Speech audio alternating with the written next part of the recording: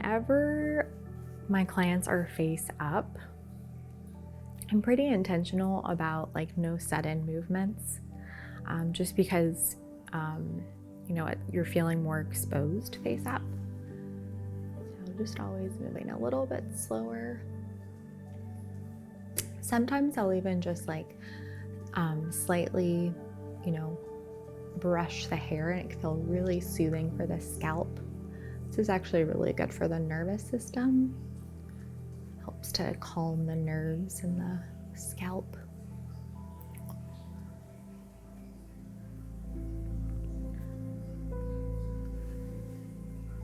And always when I'm doing a massage, it's like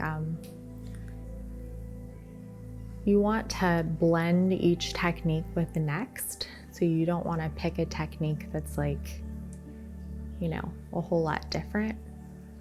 It's like painting a picture where one thing leads to the next.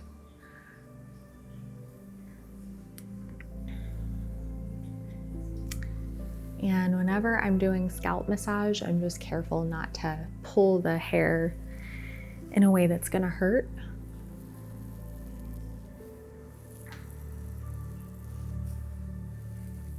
I like to do just little circles. This is really good for the nerves and the soft tissue along the scalp.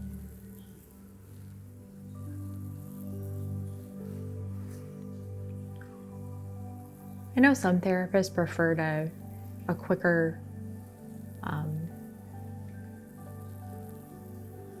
movement of the hands, but I like to work fairly slow.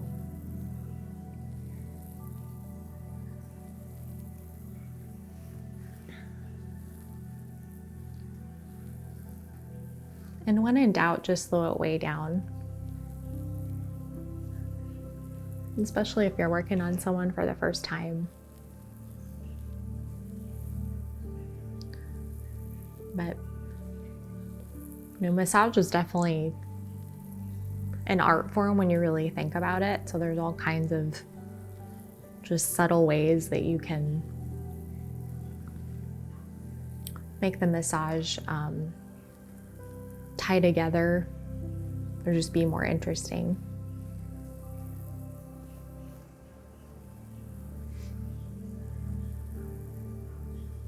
I never really understood the therapists who would get into like ruts for long periods of time as far as like feeling bored, just because there's so many facets of doing massage that you can really grow more fully into.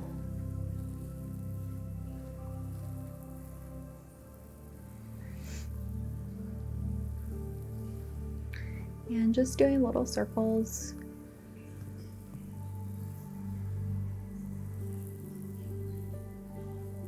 I like to work this soft tissue on as much of the scalp as I can. I like to work around the ears.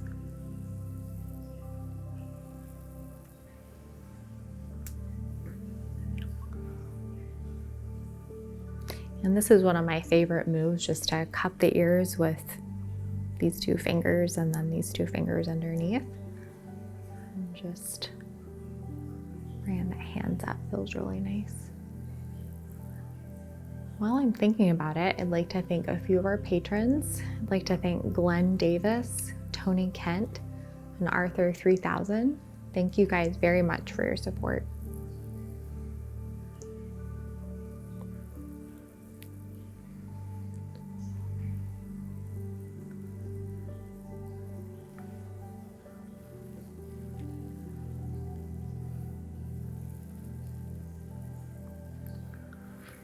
And this is one of my favorite parts of doing scalp massage, is just brushing over that hairline.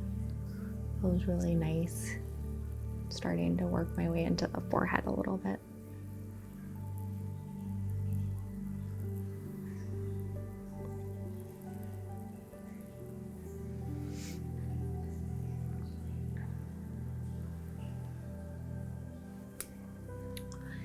And I'm gonna go ahead and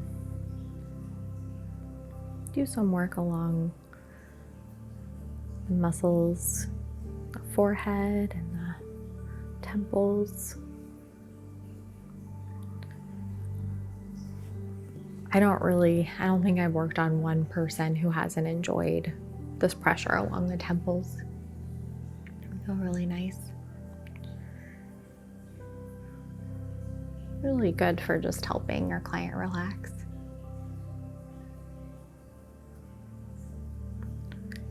One thing you don't want to do when you're working on someone is to like make your client feel bad for, tightness that they have. So you want to like be kind in how you give that information, because I find that a lot of people feel like they're doing something wrong if they're tight, and that's just not the case.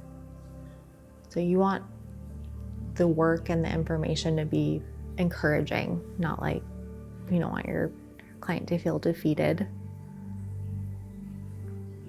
And this is more for like people that have chronic issues or are dealing with more serious stuff.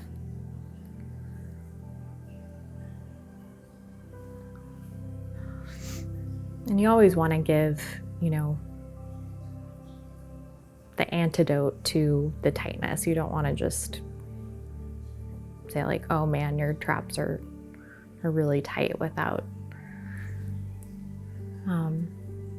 being able to offer something that will help.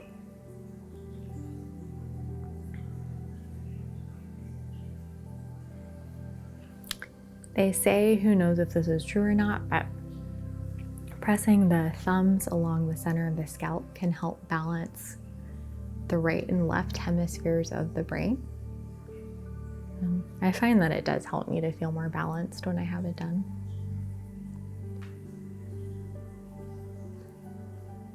Just inching my thumbs down, middle of the head.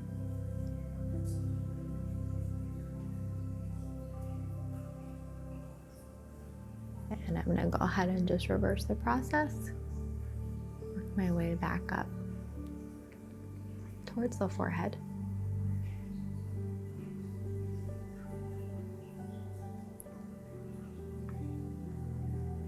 I honestly haven't really been a huge fan of like working with the ears very much, but it can feel really nice to relieve pressure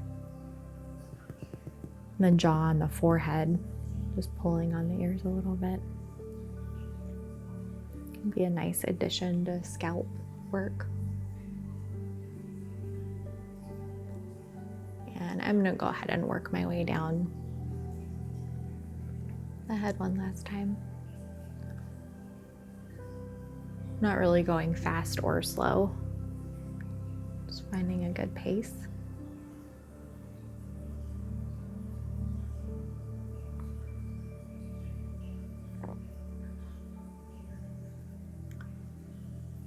Just always finding creative ways to, weave things together. So I'm gonna go ahead and do a little bit more scalp and start working my way towards the occipital ridge, where I can start doing some compressive work along the suboccipitals.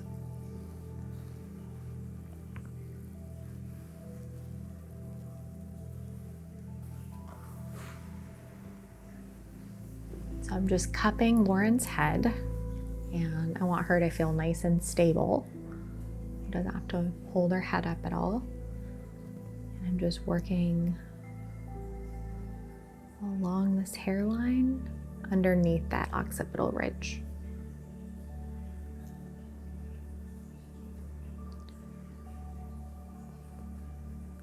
And I don't want to go from like super relaxing scalp massage to just deep tissue. So I'm really just easing into this work in the neck.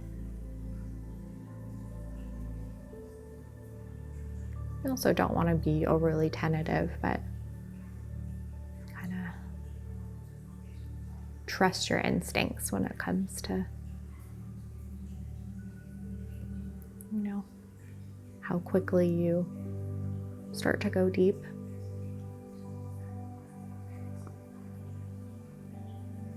And it's a misconception to think that, deep tissue is better. Sometimes it is, but it's not always better.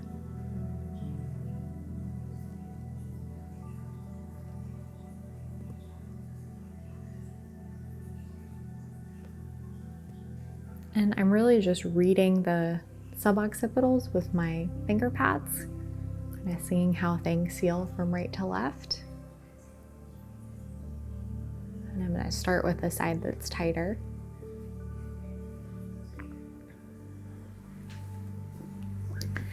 And just making sure that Lauren's head feels nice and supported the whole time so that she doesn't have to hold her head up at all. And usually when I change sides or start with one side, I'll make sure that I'm holding my chest up and not, hunching over too much. And just always making sure that I can rest my arm on the table, because doing this work with a floating arm is going to be a lot harder than it really needs to be.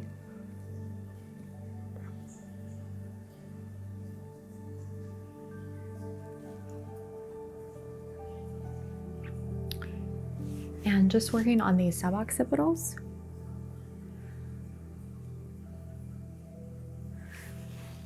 Avoiding the places that feel more inflamed.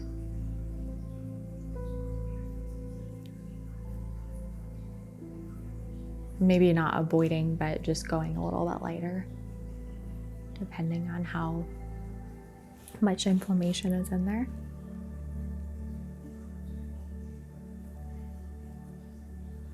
This deeper work in the suboccipitals, in combination with some more soothing work on the occipitalis, can feel really nice. And it's a nice break that you can give yourself as well if your fingers are starting to get tired.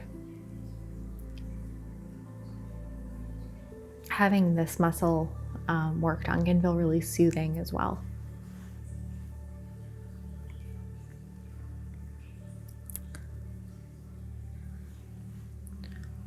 It's a superficial muscle, so you don't need to work too hard to find it.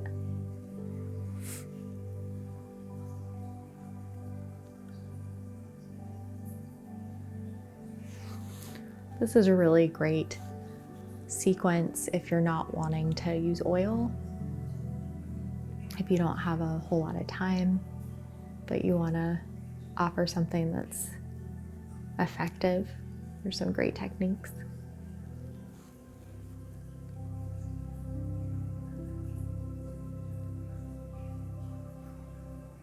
This should travel down into the SCM, the scalenes, at least a little bit.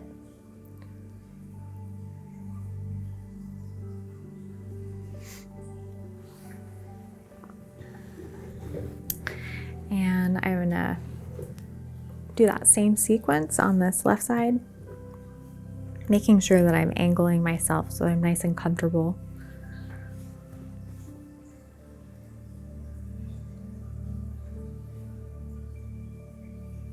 And just gradually, if the muscle tissue is opening well, can go deeper, but if not, just really letting the muscle take the lead.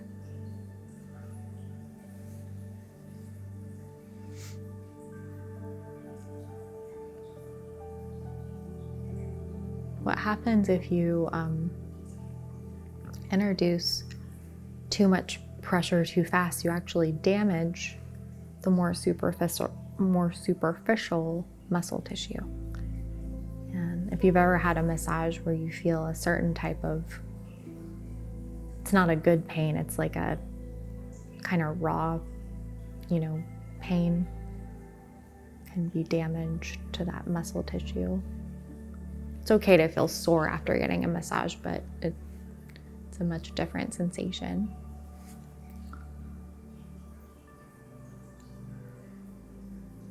Muscle tissue heals very quickly, so it's not something you need to be scared of. It's just good to be aware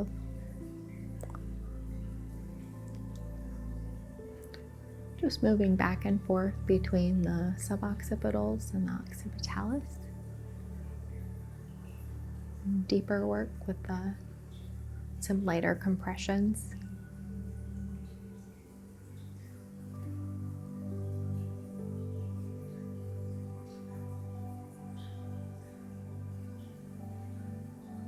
I always like to finish with some hands-on work on both sides at the same time. Kind of help balance everything out.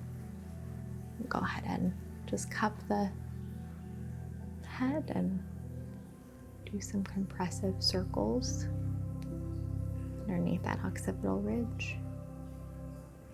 I think I'm actually going to land on that mastoid process on both sides. Well, feels like a good way to end.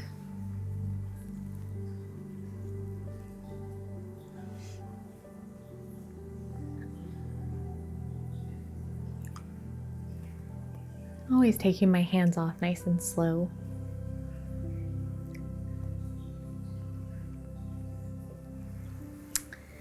And that is all for today.